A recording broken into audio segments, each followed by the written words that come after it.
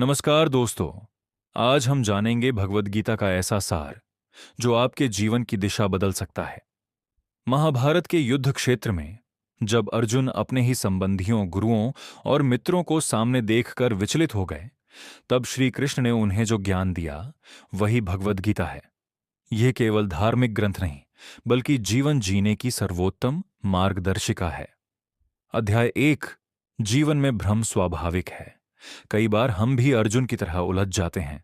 क्या सही है, क्या गलत है, क्या करना चाहिए, क्या छोड़ देना चाहिए।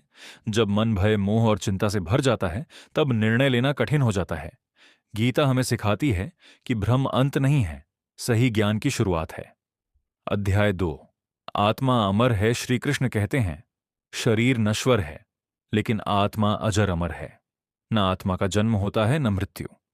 जैसे मनुष्य पुराने वस्त्र छोड़कर नए वस्त्र धारण करता है, वैसे ही आत्मा पुराने शरीर को छोड़कर नया शरीर प्राप्त करती है।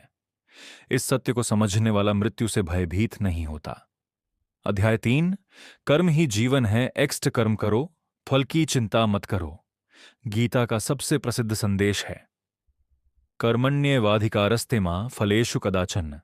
अर्थात तुम्हारा अधिकार केवल कर्म करने में है, फल पर नहीं। हम अक्सर परिणाम की चिंता में इतना उलझ जाते हैं कि कर्म ही कमजोर हो जाता है। यदि आप अपना कार्य ईमानदारी और पूरी लगन से करते हैं, तो परिणाम स्वयं बेहतर होते हैं। अध्याय 4। धर्म का अर्थ। धर्म का अर्थ केवल पूजा पाठ नहीं है। धर्म का अर्थ है अपना कर्तव्य निभाना। एक विद्यार्थी का धर्म है पढ़ाई करना।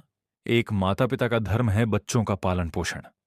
एक नागरिक का धर्म है समाज और देश के प्रति जिम्मेदारी निभाना। जब हर व्यक्ति अपना धर्म निभाता है, तब जीवन और समाज दोनों संतुलित रहते हैं। अध्याय 5। मन ही मित्र, मन ही शत्रु। मनुष्य का सबसे बड़ा मित्र उसका मन है और सबसे बड़ा शत्रु भी। यदि मन नियंत्रित है, तो कठिन परिस्थितियों में भी शांति बनी रहती है। यदि मन अनियंत्रित है, तो छोटी सी समस्या भी बड़ी लगने लगती है। ध्यान, अनुशासन और सकारात्मक विचार मन को स्थिर बनाते हैं। अध्याय 6। काम, क्रोध और लोभ। श्री कृष्ण बताते हैं कि 3 चीजें मनुष्य को पतन की ओर ले जाती हैं, काम, क्रोध और लोभ। अत्यधिक इच्छाएं असंतोष पैदा करती हैं। इच्छाएं पूरी न होने पर क्रोध आता है और लोभ कभी संतोष नहीं होने देता। जो इन तीनों पर विजय पा लेता है, वह सच्ची शांति प्राप्त करता है। अध्याय 7। संभव। जीवन में कभी सफलता मिलती है, कभी असफलता। कभी सम्मान मिलता है, कभी अपमान। कभी सुख आता है, कभी दुख। गीता कहती है कि इन सभी परिस्थितियों में संतुलित रहना ही योग है। जो व्यक्ति परिस्थितियों से ऊपर उठकर स्थिर रहता है, वही वास्तव में मजबूत है। अध्याय 8। भक्ति का महत्व। ज्ञान और कर्म महत्वपूर्ण है, लेकिन भक्ति मन को परम शांति देती है।